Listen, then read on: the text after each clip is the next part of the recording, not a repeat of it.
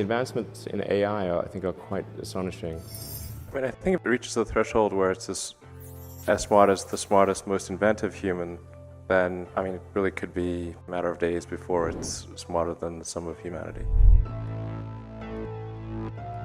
What happens when machines surpass humans in general intelligence? If machine brains surpassed human brains in general intelligence, then this new superintelligence would have undergone an event called the intelligence explosion, likely to occur in the 21st century. It is unknown what or who this machine network would become. The issue of superintelligence remains peripheral to mainstream AI research and is mostly discussed by small groups of academics. I don't think we can solve the problem just technologically. You imagine that we've done our job perfectly and we've created the most safe, beneficial AI possible, but we've let the political system become totalitarian and evil. It's not going to work out well because we're talking about human AI. Human AI is by definition at human levels and therefore is human. So the issue of how do we make humans ethical is the same issue as how we make AIs that are human level ethical. What is an actual good future? What does that actually look like? All of us already are cyborgs. So you have a machine extension of yourself in the form of your phone and your computer and all your applications.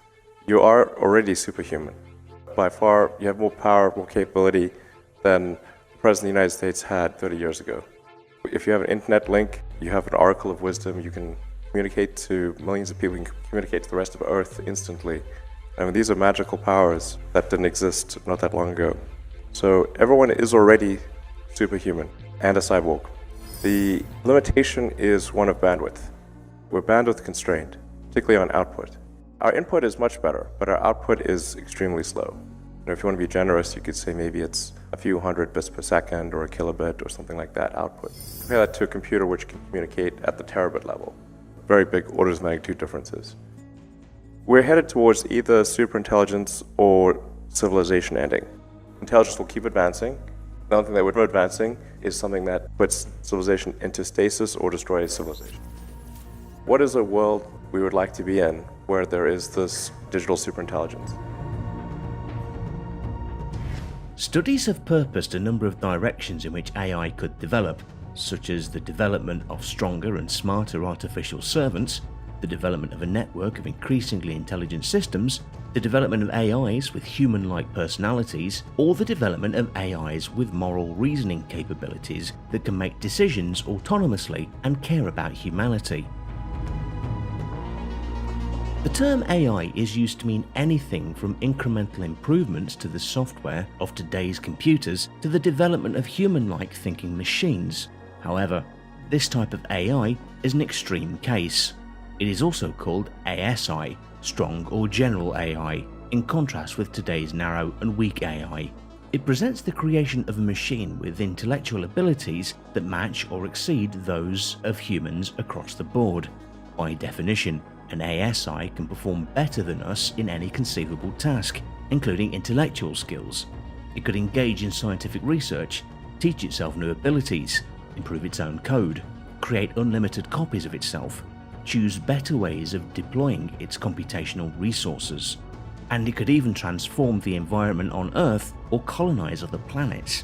The evolution of this new type of sentience could follow many paths. It could present a potential existential risk to humanity, depending on the nature and capabilities of the system. However, the hypothesis of a powerful machine taking over the world is not the only outcome.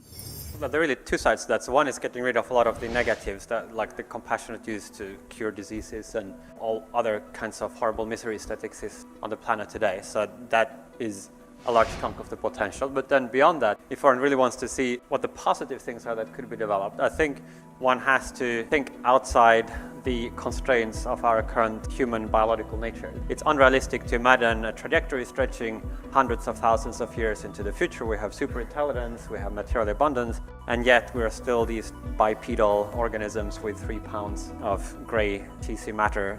All of these basic parameters that sort of define the human game today, I think, become up for grabs in this future.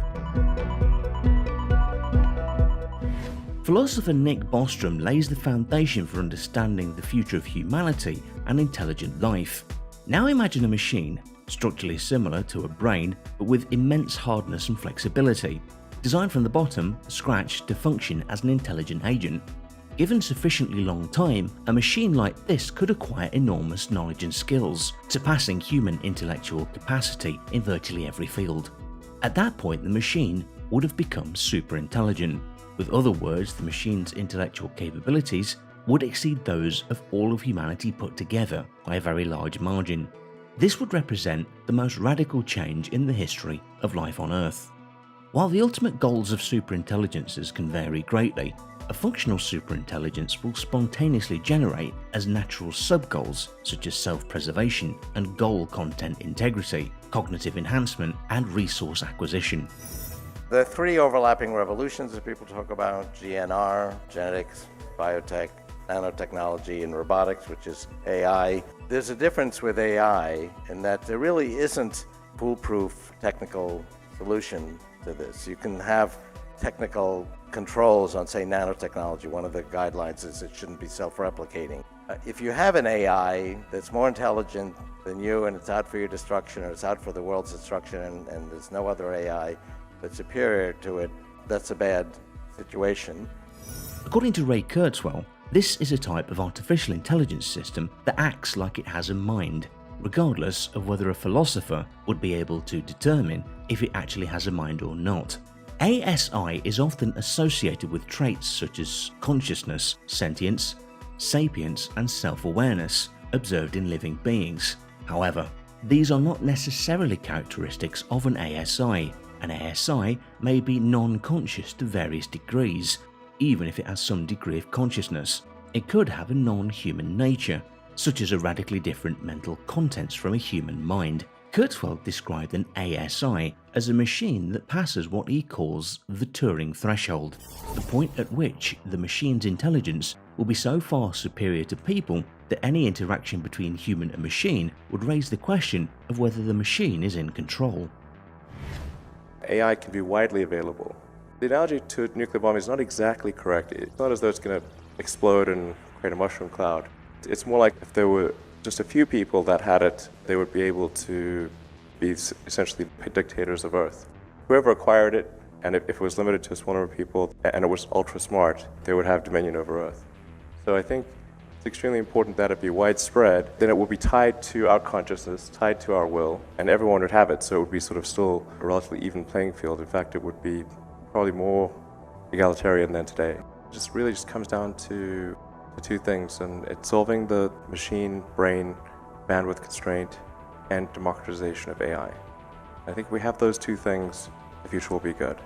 As long as AI power is, like, anyone can get it if they want it, we've got something faster than meat sticks to communicate with, I think the future will be good.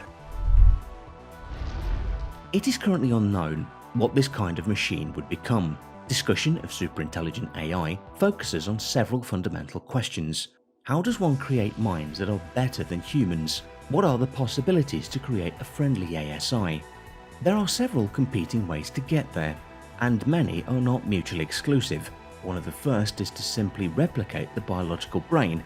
It is not necessary to understand exactly how a brain works to replicate it digitally. However, a superintelligent AI will need to have the ability to learn. No brain can do that without a massive database of past experiences. In order to develop a superintelligence that would benefit humanity, the process has to be done in a series of steps, with each step being determined before we move to the next one. In fact, it might just be possible to program the AI to help us achieve the things we humans may not be able to do on our own. It's not simply being able to create them and learning how they've been commanded, but it is interacting with them and evolving ourselves at the same time. It is learning how to be human after the first ASI. Thanks for watching. Did you like this video? Then show your support by subscribing, ringing the bell, and enabling notifications to never miss videos like this.